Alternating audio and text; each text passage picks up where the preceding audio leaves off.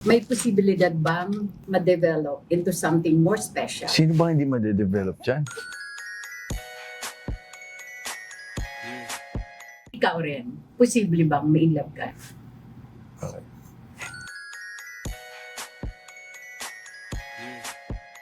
Dudugtungan ko lang yon. Posible bang maging kayo? How do you see yourselves 5 years from now? Hopefully, makapag-settle na in 5 years. Okay ba sa'yo?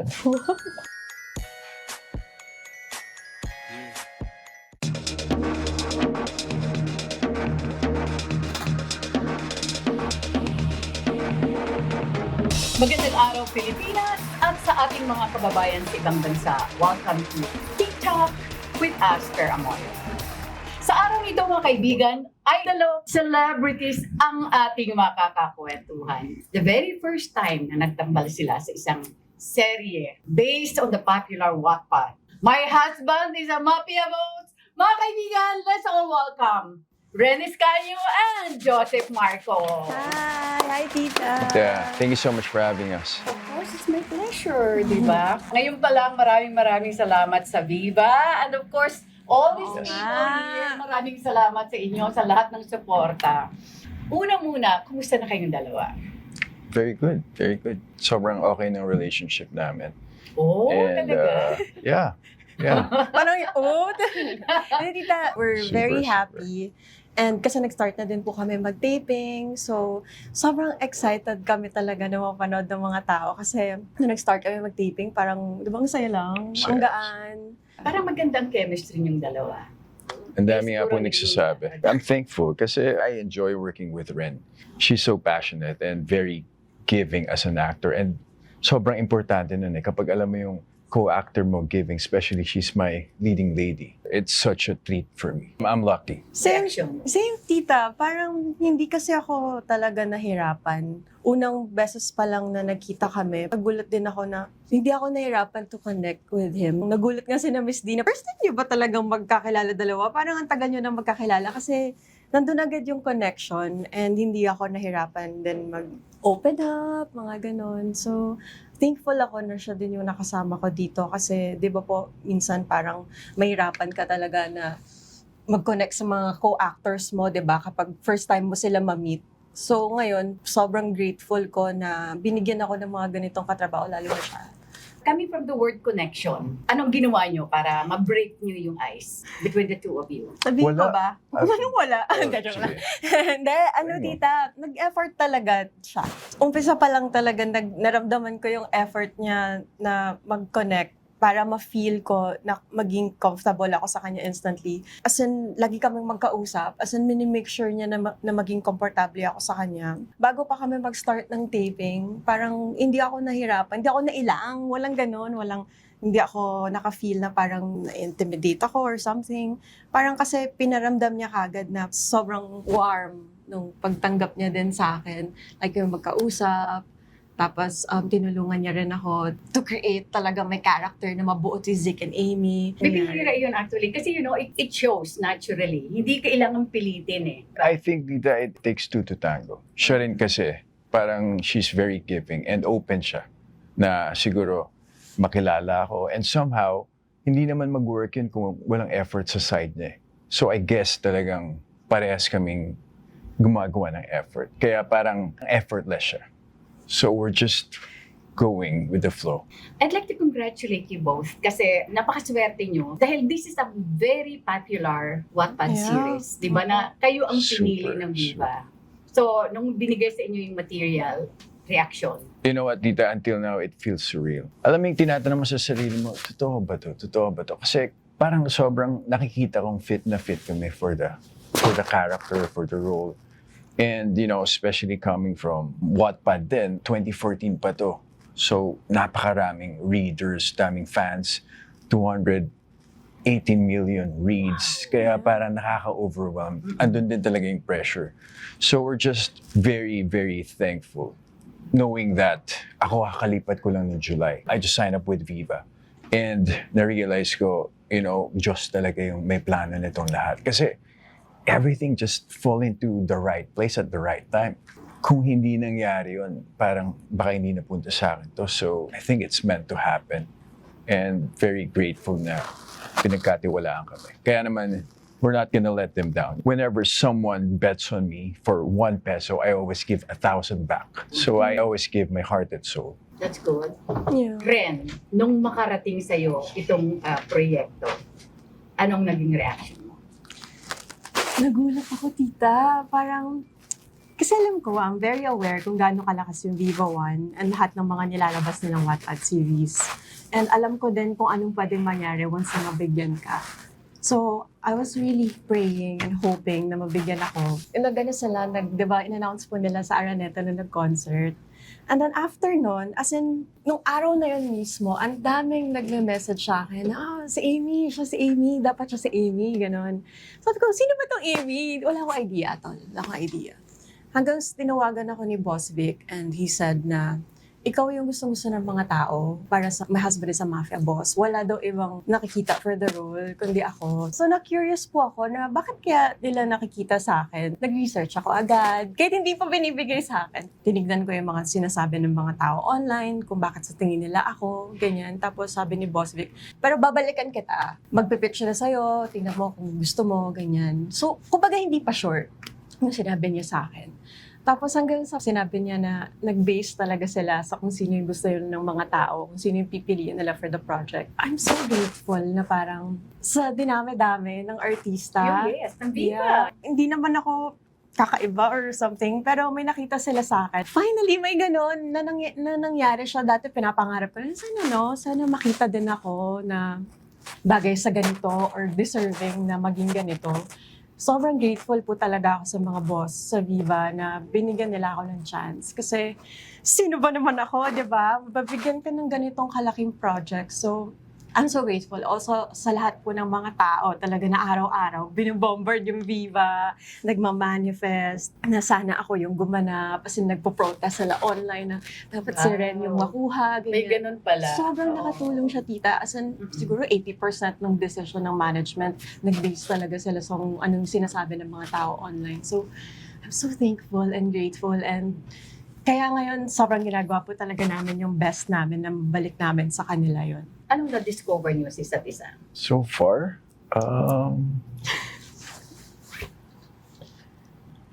she's very sweet person. Parang may ano lang siya, may facade. Meron siyang walls eh. You know, I don't know what happened to her, pero based on her years and years of siguro mga na-experiences niya, but deep down, she's a very sweet person.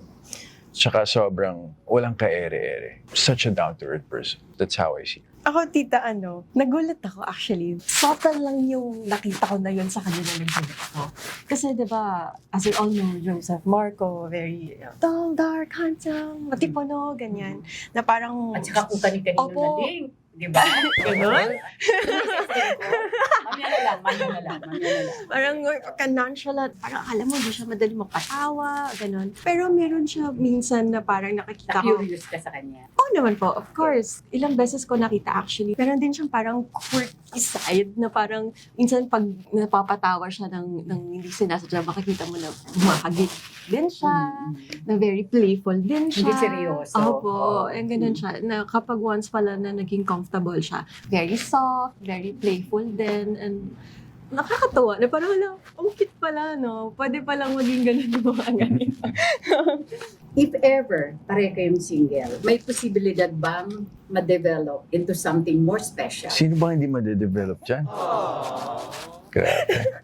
Yung totoo kasing sagot. Oo nga. Yung showbiz. Oo nga, sino bang Huwag yung hindi showbiz na madedevelop sagot. dyan? Hindi so, Like, bakit mo hindi magugustuhan? Maganda, mabait, talented, and yun nga, down to earth. Ba yan? on the Tetensuloy spot, ako. are you single now? Yes. On the spot, are you single now?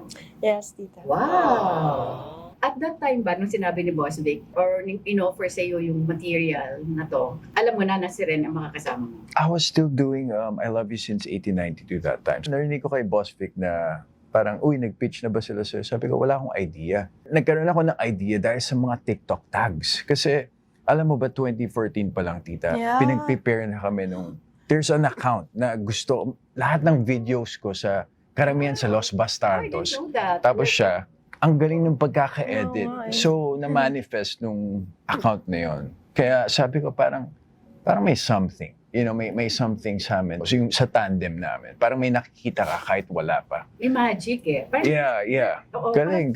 not for anything, hindi pa nga pinapalabas to eh, di ba? I Yung know, pinag-stream, I pero know. parang ang lakas na ng clamor ng mga fans, di ba? Inaabangan talaga nila, di Yeah. ba? Yeah. Sabi ko nga sa column ko, kumbaga sa pelikula, nangangamoy box office hit. Wow! Di ba? Sana, Sana di po. ba? Sana, di ba? Manifesting. So yeah, going back, nung pinitch sa akin, syempre tinanong ko, sabi ko, may cast na ba? May director pa? Sabi ko, wala pa daw. Hanggang sa nalaman ko ano si Ren. So I was hoping na sana tanggapin niya yung project na to. Kaya nung nalaman kong siya, sabi ko, okay, I think this is gonna be a good one. May pakiramdam ka na pagka naka-work mo yung taong to, parang magkakaroon ng... Magaan. Yeah. Tsaka yung, alam ko yung kakayahan niya as an actress. Nakita ko yung mga trabaho niya from Provinciano. So, syempre, pag galing ka doon, alam mo, may tiwala ka na. Panood ko siya. Wait. Tsaka, eto ba, tita? Kailan yung lumuhod ka sa lupa? Oh yeah, tita, grabe. Nung lumuhod ka sa lupa kasi, di ba merong mga live ng mga viewers? Yes. Tapos, tinatag ako ng mga tao na ipasok si Joseph Marco. Kasi di ba kawawa po yung character ko doon? Kasi hindi siya minamahal ni Kiko, ni Yes. Abra, ganyan. So, pasok si Joseph Marco para may magmahal naman kay Jane, gano'n. Oo. Tapos, Wala pa ito ha. Wala Wala pa to. So, in-inquire sa akin yan. So, I was still with ABS that time. Yes. And yun yung time na nagpahinga ako sa showbiz. So, parang almost a year na ako walang ginagawa. I was preparing for my podcast kasi may ginawang podcast. And then, yung in-offer sa akin, sabi ko, lumuhod ka sa lupa, action. Tapos, yun nga, magiging love interest ko raw si Ren. So, I looked up, sinearch ko siya, sabi ko, okay.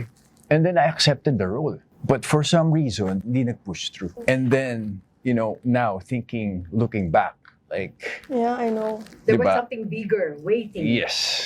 Parang siyang answered prayer na ang dami mong tanong before na bakit kaya hindi ako, bakit kaya hindi ko nakuha to, bakit kaya hindi ako na-consider dito, mga ganun. Gustong-gusto ka ng mga tao to do it. Tapos parang hindi talaga binibigay or hindi talaga para sa'yo.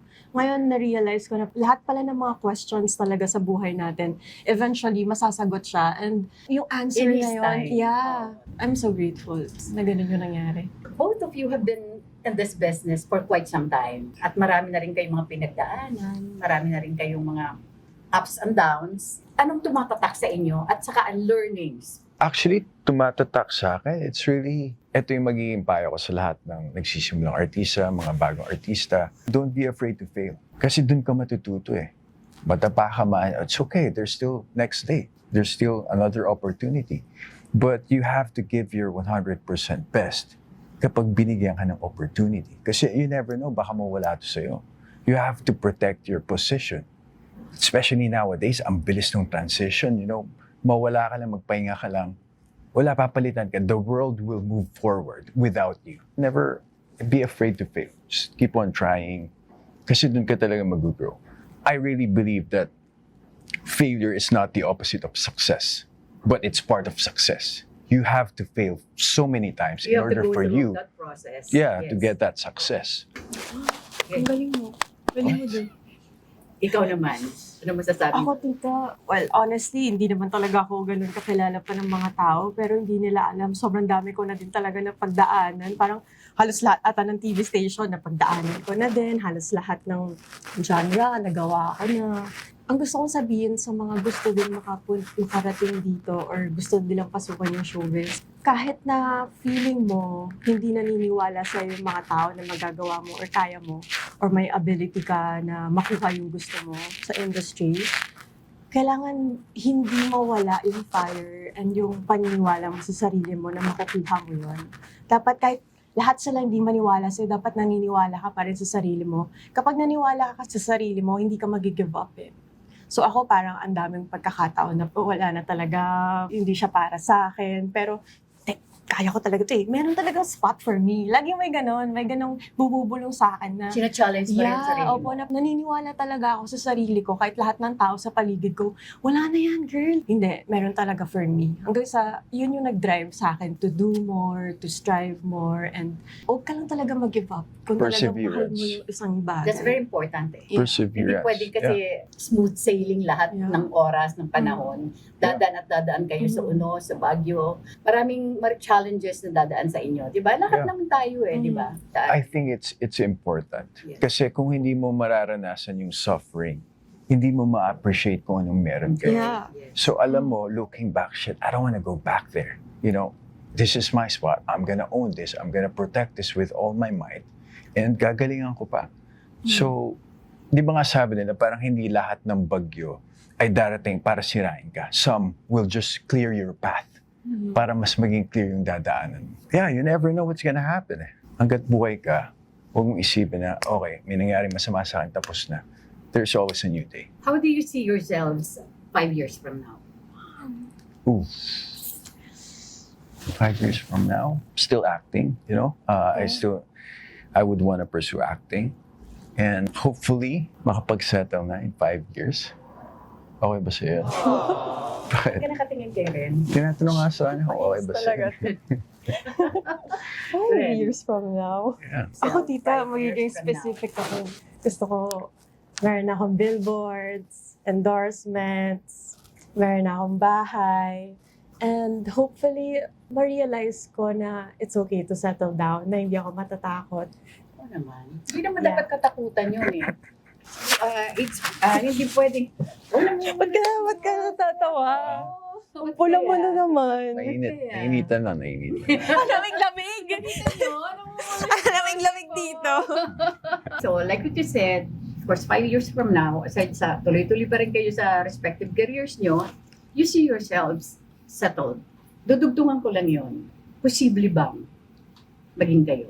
Oh my God, tita. O, We'll see, we'll see. meron kaming hindi alam. No, we'll see. Si We'll May hindi alam see. to. Kasi syempre, di ba, once you get to a certain age and maturity, matututo ka na huwag magmadali. So Yeah. you have to, you know, Give like it time. believe in slow process, test the waters first. Kasi minsan pag may nagustuhan ka, hindi mo naman makikita yung bad side nila right away. Lalabas yun minsan after a year and a half or 2. So I really think na sobrang important nung getting to know stage. But right now, you know, we're just enjoying getting to know each other and working together. It's 20 such a kayo treat. rin eh. Iba ba? Paano mo ba ako Iba ba? tingnan? Paano okay naman? Sakto lang. Nafe-feel mo ba natutunaw Hindi. ka minsan? Hindi. Bakit? Point ko nga eh, kung ano nakikita nila. Ako kinikilig eh. Mas lalo sila. Mas lalo yung nanonood sa inyo, di ba? Kinikilig sila. Ikaw rin. Posible bang ma-inlove ka sa isang Joseph? Oh my God. Alam mo- Yata. Okay. Ako kasi tita, ako ngayon as in kung magsasalita ako ngayon, hindi ko alam next year, next month. Siyempre, gusto ko nang iwasan yung ugali ko before na parang nagsasalita ako ng tapos eh. Kasi we never know Dapat talaga. wag. We never know what might happen. Aminado ako ngayon na yung walls and yung trust issues ko masyadong mataas. Siguro sa mga nangyari din sa mga past experiences ko, parang merong something sa akin na parang natatakot ako mag-trust fully sa mga tao, sa paligid ko. So, siguro right now, hindi ko masabi kung... Kita nyo? Di ba ba? Pero, never say never. Pero, ewan ko. But yeah, we're okay. We're cool. Pero kung ako tatanungin, ako pa, makakabasa ako eh. Tinginan pa lang, alam ko Alam mo, na eh. tita, siguro mga pang-ilang ka na nagsasabi niyan.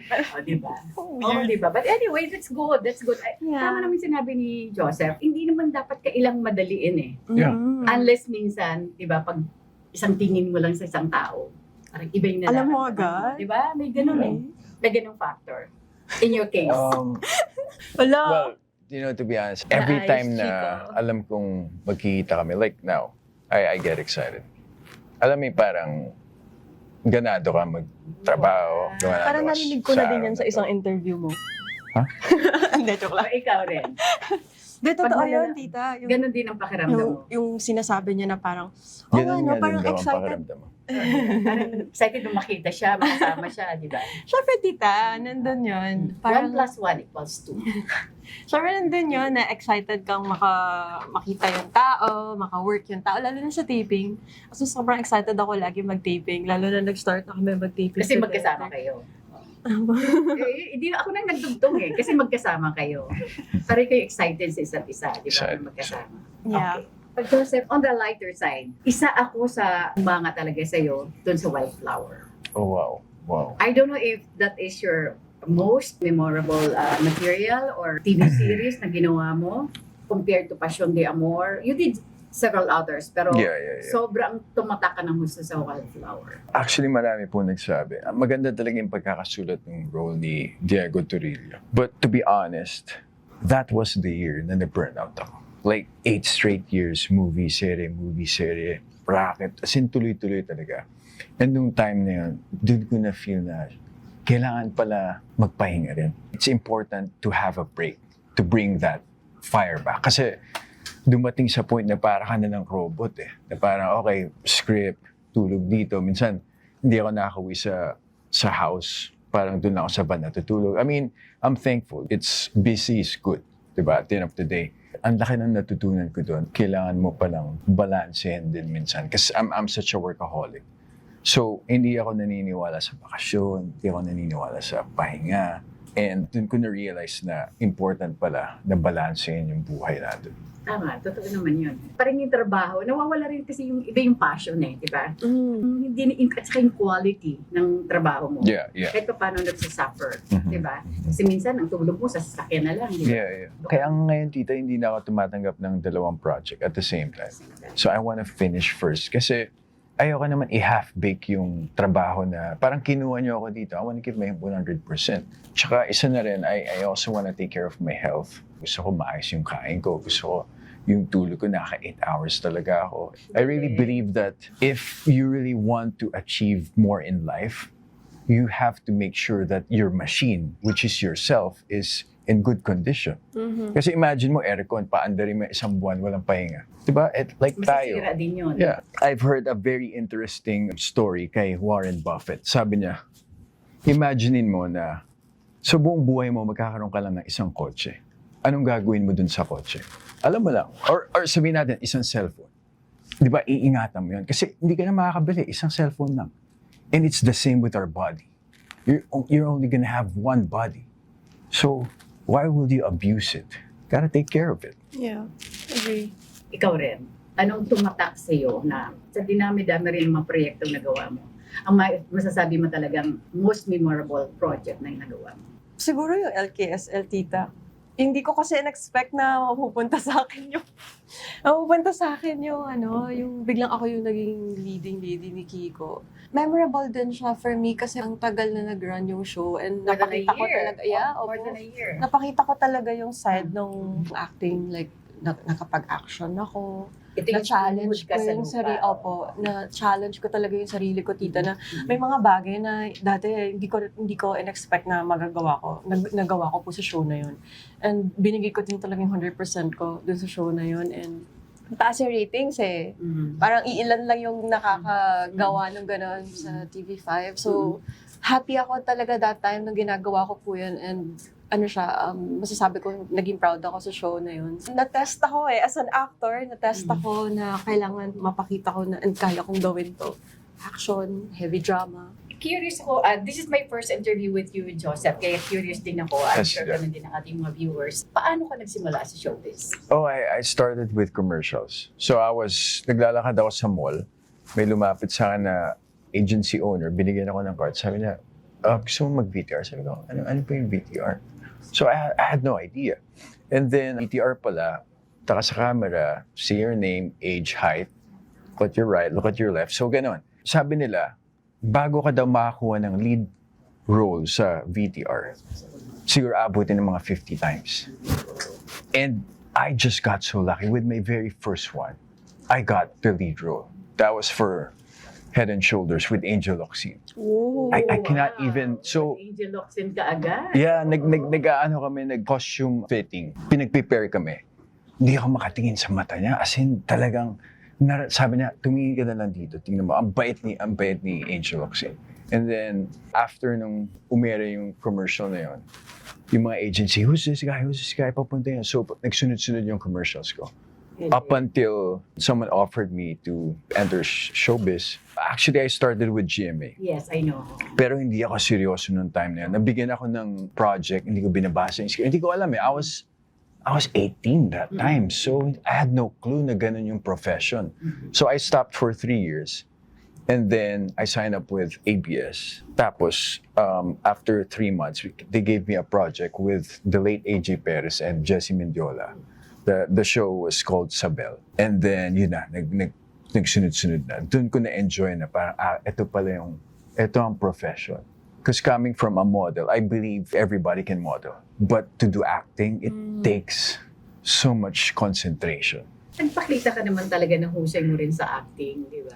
Although, reluctant ka at first, di ba? Reluctant ka at first. Yeah. Like what you said, hindi mo alam kung anong gusto mong gawin, di ba? Yeah, Hindi ka seryoso. Yeah. Pero later on, nagustuhan mo rin yung profesyon. Yeah, I fell in love with it.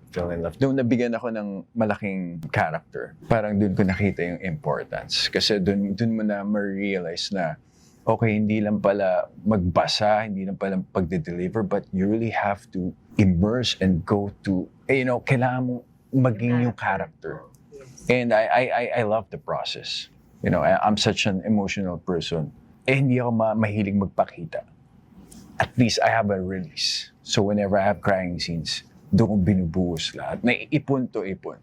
Kaya for me, it's such a treat whenever I have heavy scenes or very important scenes.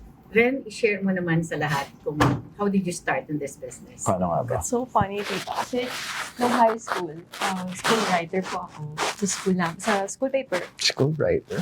Yeah. Oo. O, di ba? Okay. Tapos, meron kaming task ng mga classmates ko na kasama din dun sa org na yon na kailangan namin mag-interview ng mga radio DJs. So, kami bilang high school, di naman namin alam na kailangan pala ng mga permit, ganyan. So, pumunta kami ng ABS. Pumunta kami, tapos sabi ng mga friends ko, Irene, ikaw na yan, gamitin mo face card mo, baka papasukin tayo, ganyan. Tapos sabi ko, tapos nag-try ako na baka pwede po kami pumasok, mag-interview lang po kami ng mga radio DJ, ganyan. Hindi kami pinapasok. Tapos sabi ko, okay, baka masyado mahigpit dito, lipat tayo sa kabila. Kasi magkalapit lang po yung ABS and GMA, diba? So lumipat kami sa kabila, lakad lang kami. Tapos ganun din, dahil walang permit, walang kahit na ano, hindi rin kami pinapasok. Tapos sabi ng mga friends ko, balik kaya tayo ulit sa ABS. Balik tayo ulit doon. Try lang natin ulit, pakiusapan natin, baka pwede. Kasi hindi kami pwede umuwi ng walang material. Tapos, hindi pa rin kami pinapasok. Habang nasa labas kami ng ABS, lalakad-lakad kami ganyan, may lumapit sa akin talent scout. Tapos sabi sa akin, "Hi, ang ganda mo naman. Gusto mo bang mag-artista?" Sabi sa akin ganun. Tapos ako, tita, hindi talaga ako tumingin sa kanya kasi sobrang, ako yung tipo ng taong running ako na, scammer to. Hindi talaga ako tumingin. Sabi ko, ano po, ganyan. Sabi, hindi ako nagsalita. Meron ka bang picture dyan? Lagay mo yung number mo tsaka name mo sa picture. Sabi ko, tapos parang feeling ko that time nabudol ako kasi parang ginawa ko lahat ng gusto niyang gawin. Nagkuha ko sa wallet ko ng picture, 1 by 1, tapos nilagay ko dun yung ID mo. Opo, sabi ko, ito po. Tapos sabi, sige, tawagan kita. Tapos, yun na. Tapos, kinabahan ako. Tapos, sinumbong ko sa mama ko. Sabi ko, ma, mayroong lumapit sa akin na ganito, ganyan. Feeling ko na, ako, baka mamaya, sundan ako nun, or ganyan. Akala ko, budol-budol, ganyan. Tapos, yung mga friends ko, mga kasama ko, kinikilig sila, hala, baka maging artista ka, ganyan. Tapos, nung time na yun, yung mga teachers ko, gusto din ako mag-artista. Kasi lagi ako muse tite. Ever since bata ako, parang wala akong ibang papel sa school kundi maging muse. Parang, diba? Tapos parang, tapos nung time na yon, biglang may nag-text. Binigay ko po kasi yung number ko, diba? May nag-text na mag-workshop daw. So, sabi ng mama ko, baka naman totoo, samahan kita, ganyan. So, nag-workshop po ako.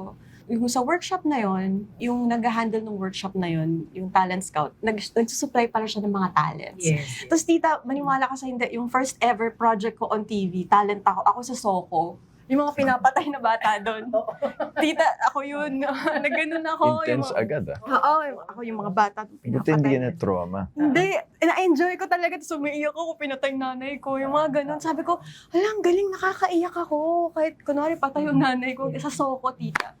Tapos proud na proud yung mga teachers ko. So, In-announce pa nila, oy, manood kayo ng Soko. Di ba po yung Soko, 11 p.m. po ata ng gabi yun. So lahat such sila, an odd thing lahat to sila say. puyat. Lahat sila puyat. Tapos nung Eneri nang nakita lang likod ko. Likod ko lang, tita, nakahiga akong ganun. Tapos sabi ko, di niyo ako nakita. Ako yun eh. Ako yung nakahiga, ganyan. Tapos doon na nag-start yung mga likod ko lang yung nakikita hanggang sa nag-TV5 ako. Talent din ako. Padaan-daan ako dun. Ako yung mga kaklase ni na Sam Concepcion, sa lip gloss. Ito yung lip gloss na show. Dito talaga nag-start, tita. Talent lang po ako sa show na yun. Tapos, wala, kaklase lang ako ganyan. Tapos tumuntuwa yung mga kaklase ko kasi nakaka-excite ako ng mga artista. Kaklase nila ako ganyan. Tapos, yung show na yun, nagpa-audition sila for another season. Pinag-audition ako kasi napansin nila ako as talent. Tapos pinagla-lines nila ako, ganyan. Tapos, pag-audition ninyo nga yung batang ganyan-ganyan. Nag-audition po ako dito dun sa show na yun. Noong una, talent. Tapos natanggap ako sa audition hanggang sa naging part ako ng cast. Nice. Yung Lip Glow, season 4. Tapos ang kabatch ko nun, sina Lovey po, yung mga bagong pumasok. So Okay. naging cast ako nun. Just curious ko, And then- ilang years ka na sa showbiz? More than 10 na. More than 10 years. Tapos doon na po nag-start nung nakapasok po ako doon. Tapos nakilala ko si Kuya Germs. Tita, si Kuya Germs talaga yung masasabi ko na pinasok niya ako sa Walang Tulugan. Siya Tapos, talagang godfather. opo, tita. Tapos sabay na sabay yung Walang Tulugan. Pinag-audition niya ako sa Twin Hearts.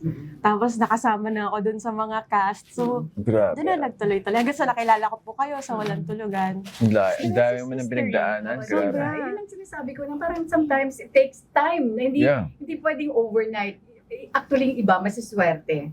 Parang Yeah. sumisikat overnight. But yung iba talagang ang daming taon ang binibilang bago sila Oo. makilala or bago sila sumikat. It's all about the journey. Yes. You know, Mm. there's a quote that says, "A man who loves the journey will walk further than the man who loves the destination." Ang lalim mo So, talaga, no? siya yun, Dami ka talaga. siya yun. Dami mong baon Siya. today. Dami mong Siya. baon, Ano ba? ha? Ready ka, ha? Galing-galing, no? Galing-galing ni Joseph. Daming hugot. Hindi, Mahilig po totoo kasi siya nga. dito Ano ba? magbasa. Niregaluhan nga po Enjoy. niya ako ng book eh. And in fairness, Mahilig siya magbasa. Kasi hindi ako mahilig mag-aral ng bata ako. So, nung Natapos nag-mature ako, no, not even. I didn't finish college. So, nung time na nahilig ako magbasa, ngayon naman parang non-stop, tuloy-tuloy. I enjoy education now. Kung i-rewind ang buhay mo, anong part ng buhay mo ang gusto mong balikan? Lagi ko tong sinasagot eh. Nung naghiwalay po yung parents ko. Kasi that time wala akong ginawa eh. So, kung ibabalik ako doon, siguro this time may gagawin ako, baka sakali. Mabuo. Pagkabalikan pa. Alam mo talaga lagi, tita. Yes. Yan. Parents. Family. Yes. Joseph? Alam mo, tita, mayroon ako nakita sa TikTok. Parang video siya na nakatutok siya sa labas ng bahay nila, umuulan. Sabi dun sa sulat na parang, alam mo, ng mga panahon nito, like 15 years ago, ang saya-saya namin ng pamilya namin. Walang pasok, kukulitan kami, si mami, daddy, nanonood lang. And then, bumalik ako. Naalala ko yung family ko. Kasi ngayon, hiwa-hiwalay na kami. May family na yung mga kapatid ko. I grew up from a big family. 5 kami. I'm the middle child. And so, parang I got so emotional na if I could just experience it one more day, just one day, you know, to see my family. Nabuo. Yeah. And my mom and dad. Kasi my dad is staying in Zambales na. So parang hindi na rin sila magkasama ng mom ko. If I could just experience that one more day, it's gonna be so meaningful. So ikaw na lang ang walang asawa sa pamilya niyo. Yung pinakabunso namin, Girl. yung girl, hindi rin kasal. Pero may baby na siya. Okay. So ako na lang yung walang baby. Ito na lang. Yeah. I have 14 cats Sa doon though. sa 5 years, pinangako mo yun. In 5 years. 5 years. you have your own family. Okay, Balikan ka masyado namin in ba? 5 years, Okay, ah. 5 Babalikan years. ko kayo. Alam mo, ang isa pang wish ko para sa inyong dalawa, sana mabigyan din kayo ng pelikula ng diva. Wow. Which hindi naman imposible, di ba? Sana.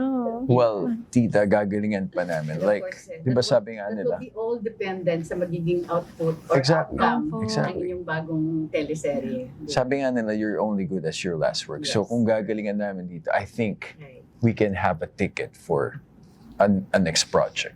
Yeah, hoping So- for the best. Punta tayo sa, of course, sa malapit na ipalabas. Ang first, ano talaga ninyong dalawa, my husband is a mafia boss. Ikaw ba yun? Mm-mm. Well, siya yung May. My husband.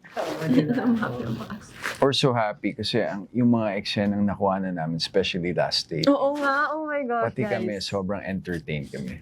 That's why we're so positive na it's gonna be so entertaining for a lot of people. Of course, invite everyone. Dahil aabangan nila ito. Yes. Soon. Guys, ito na. As in, sobrang binibigay talaga namin yung 100%, 200% namin para dito. And sana hindi namin kayo mabigo dahil tinatry talaga namin yung very best namin para mabigay sa inyo yung deserve nyo na show. My husband is a mafia boss. Malapit na po, March 7. Of course, only on Viva One. Yes, ilang tulog na lang yan. So sana po huwag niyo pong palampasin. And yeah, only on Viva One. And of course, directed by Fifth Solomon. Take this chance kung meron kayong gusto i-plug, i-promote your respective social media accounts. You can follow me at Joseph C. Marco. That's my IG, Joseph C. Marco. Ako din, at Real Ren, of course, on Instagram. So, join kayo sa broadcast channel ko. Yun lang. Maraming salamat sa aking personal sponsors, Pandan Asian Cafe. Thank you so much, Alvin, Dennis, and of course, Roland, Ever Belena, Hello Glow, Beauty Derm, Eris Beauty Care, Aficionado by Joel Cruz, R&A Events Specialist by Richie Ang, Asia Slashes, Nessa Sila Salon for my hair and makeup, Nutritech, maraming salamat, Jos de la Luna, Most View from Japan, Memoy.ph, Silpul Joyce Furnitures, maraming salamat, Charles Solano of Solano Hotel, Colorete Clothing by Bebot Santos, Dr. M. Sevilla of Vine Aesthetics, Shinagawa LASIK and Aesthetic Center, Shinagawa Diagnostic and Preventive Care, Dr. Essentials Aromatherapy. Thank you so much to Sunny Dumalaon of PESMS Events Management, Studio Manila. At ngayon pa lang, good luck and congratulations sa inyong dalawa. Thank you, Tito. Thank you so much for your time. Thank you for having us. And with that, mga kaibigan, maraming salamat po sa inyong patuloy na pagsubaybay sa TikTok with Aster Amoyo. Huwag niyo pong kakaligtaan mag-subscribe, like, share, and hit the bell icon of Talk with Aster Amoyo. Hanggang sa muli, dito lamang po sa TikTok with Aster Amoyo. Bye for now, and God bless us all.